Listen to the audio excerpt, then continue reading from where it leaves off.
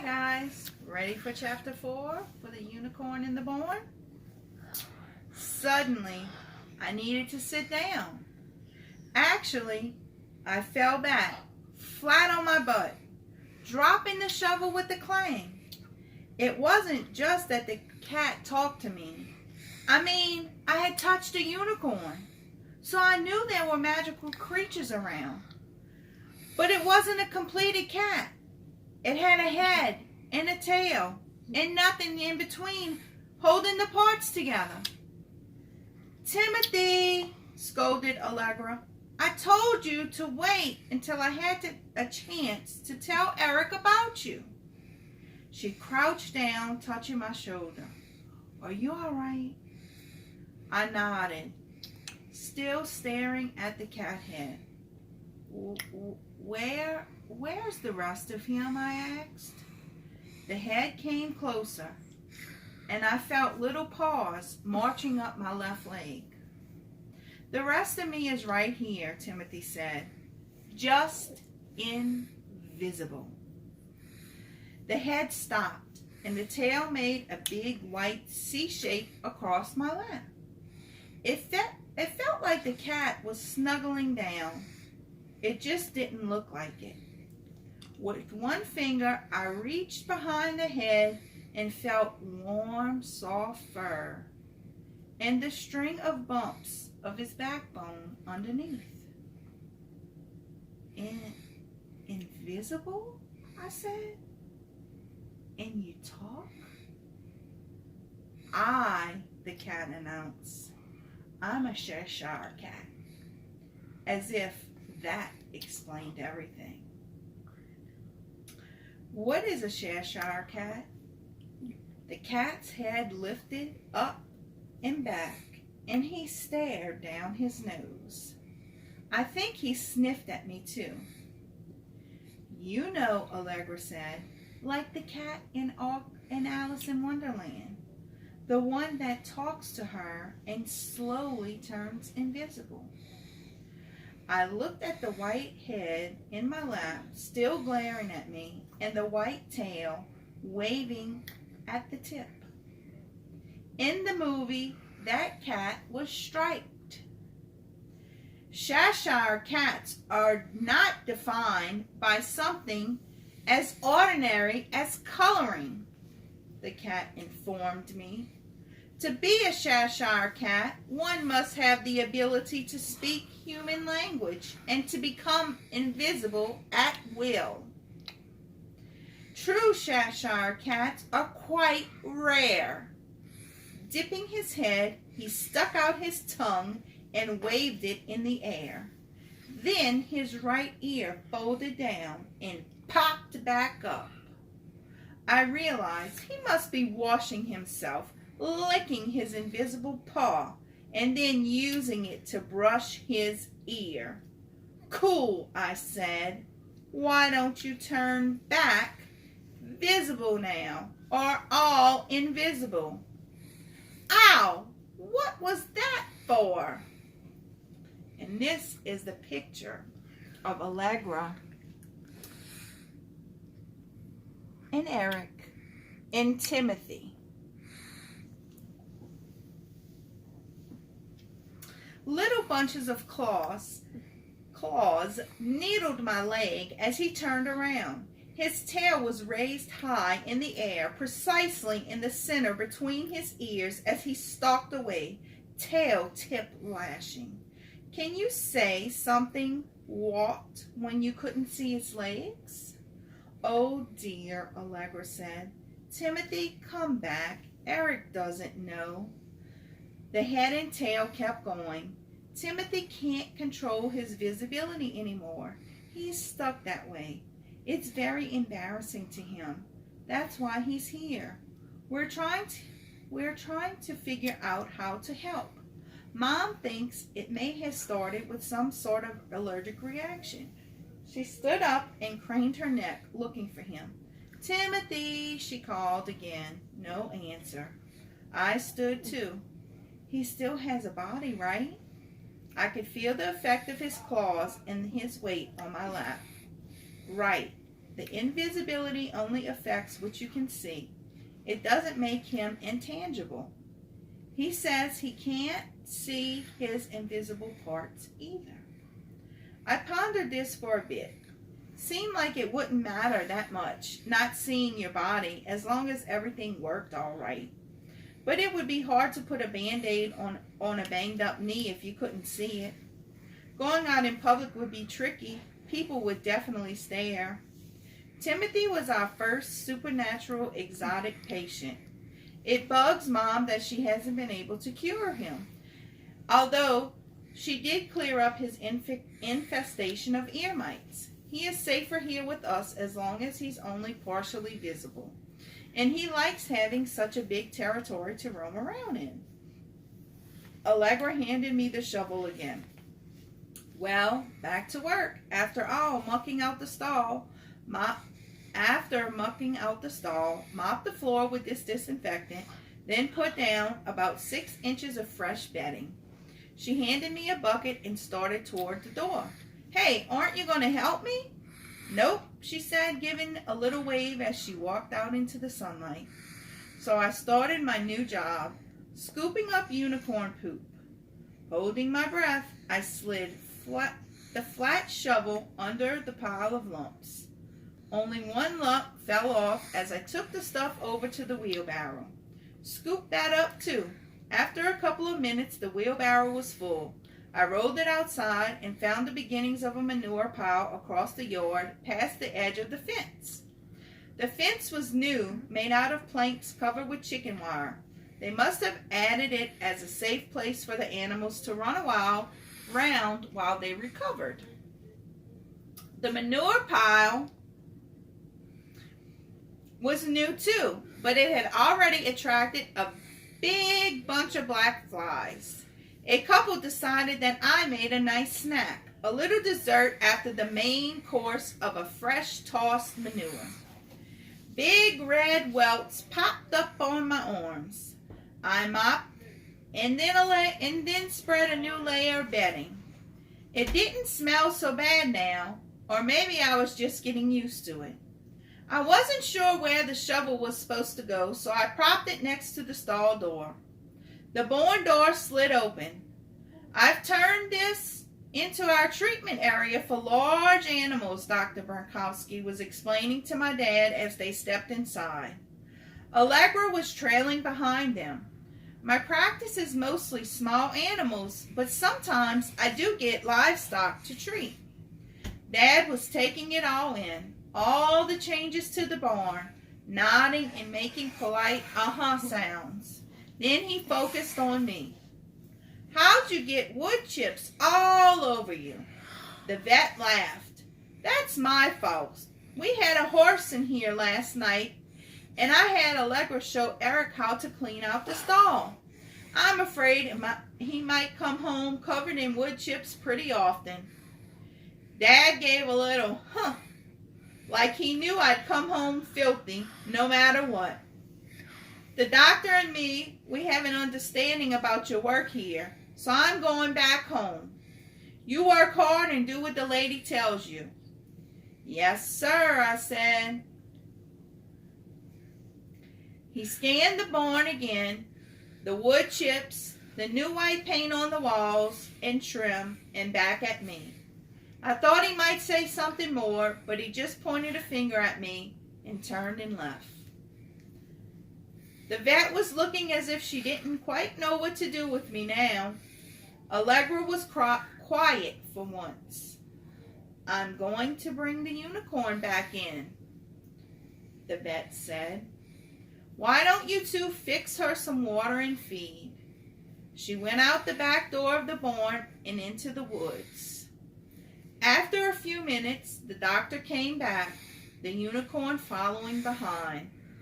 The unicorn still hobbled a bit, favoring the bandaged foot. She was even more beautiful than she had seemed last night. The sunlight gave her coat a glowy, creamy white, and her mane was lit like spun sugar. When she reached the door, I swear she recognized me. She dipped her head like a greeting.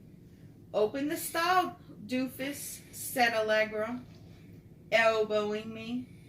I swung the door open and the unicorn stepped in like a queen coming home.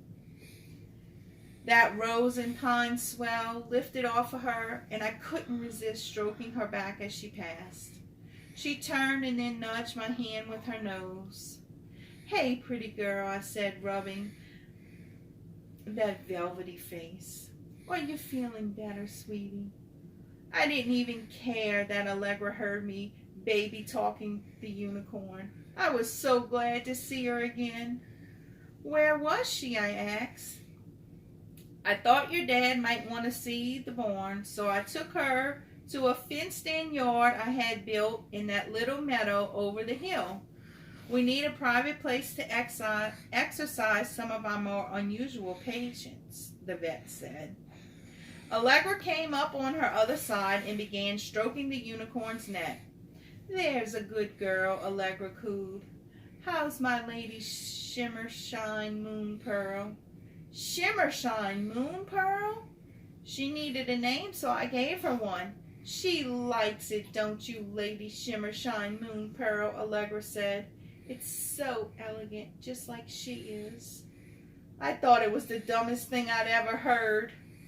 The unicorn snorted a bit and shook her mane. She did need a name, but a better one than that. I looked at the swirling horn. Grandma had some pearls that were that kind of soft white color. Pearl wouldn't be so bad. Allegra was scratching the unicorn's ears, and they both looked happy. It's kind of long, I said. How about Pearl for short? Pearl is so ordinary, Allegra said. Moon Pearl is better. She had a point. The unicorn did deserve a special name. Okay, Moon Pearl, I said. Allegra smiled at me. Dr. Baranski came into the stall carrying the med kit. Time to change her dressing. Eric, keep petting her while we work. Allegra assisted just like before. This was more like it, helping this beautiful creature, holding her soft muzzle, looking into her acorn green eye. Hey, Moon Pearl, I whispered. The vet looked up at me. We named her, said Allegra. Lady Shimmershine Moon Pearl. Moon Pearl for short. Nice name, the doctor said. She stood up and moved so the unicorn could see her, speaking directly to Moon Pearl. I am going to hold off on the antibiotics, but I need to change the dressing a couple of times a day.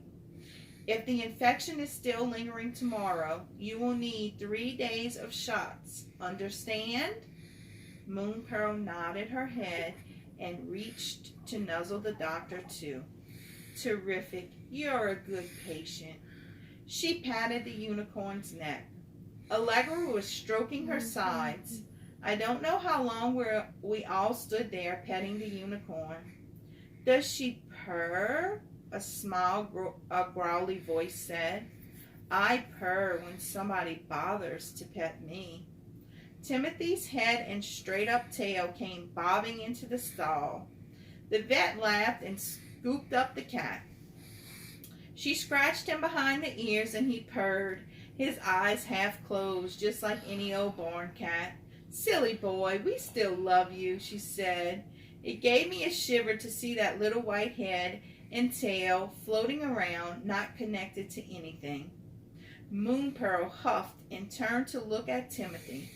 He looked back, ears twitching, eyes wide. The cat's head twisted around and the doctor opened her arms. Then he was on the ground staring up at the unicorn. Moon Pearl nickered low, tapped her hoof a couple of times, and shook her head at the vet. I shall tell her that, Timothy said. Do you speak her language? Asked the doctor. Not precisely, but we can communicate after a fashion. She does understand English and probably most other human languages. We magical creatures have a type of lingua franca, mostly signs and gestures we use among ourselves. As I told you last night, she promised to come back, and so she did. What did she say just now? Allegra wanted to know. Of course, I was wondering too. She says that twins are not uncommon among unicorns, but that babies born during the cold moons often don't survive. She wants to stay here so her babies will live. I will help you all that I can, but I can't promise to save them. You will need to let me examine you frequently and let me treat you, the vet said. She does. She looked down at Timothy. Does she understand? She asked the cat. Moon Pearl snorted and flicked her ears. She agrees to your terms, he said. With a little huff, the unicorn stepped forward, looming over Timothy, or at least over his head. Really? The cat said. A most generous offer, my lady. Now, what did she say? She offered to touch me with her horn. So, I said. So, Timothy said, unicorns have powers of healing. You felt it. It's why you were all standing there like ninnies with silly smiles on your faces. Just seeing a unicorn can lift your spirits. But the greatest power is concentrated in the horn. Wow. The cat's head and tail were floating in a small circle in front of the unicorn. I guess he was pacing back and forth the way cats do when they see something they want out the window but can't get to it. Do you think she can cure you? The vet asked. Is there any risk involved to you or her? I'm not sure, Timothy said. Certainly not to me, but sometimes using magical power has a cost. The doctor moved out to the side where the unicorn could see her better. Her face was serious. Don't do this if it will weaken you. You still have an infection that could develop complications. Understood? The unicorn snorted and nodded her head. I swear it looked like she rolled her eyes as if she was saying, yeah, whatever. Allegra was trying not to smile, so I think she saw it too. She understands, Timothy said. I accept your help, my lady. His head stopped a few inches below her muzzle. He closed his eyes, the end of his tail twitching. The unicorn backed up a few steps, curved her neck, and lowered her head. Light seemed to slip down the spiral of the horn. Gently, she brushed Timothy, just once between his ears with the tip of her horn. For a moment, nothing seemed to happen. There was no flash, no explosion, no strange smell. There was a tension in the air, that feeling just before a thunderstorm, when you know there'll be lightning. Timothy didn't move. Then the air between his head and tail got misty. The mist grew thicker. I could see a cat shape coming into focus, a sleek body and 4 legs placed squarely beneath. Timothy kept his eyes closed tight. The shape grew firmer. I could see the hairs of his fur coat. At last, there stood an ordinary cat, head and tail attached to a body with a black spot on the back and front of legs and white paws. I looked up at Allegra and her mom.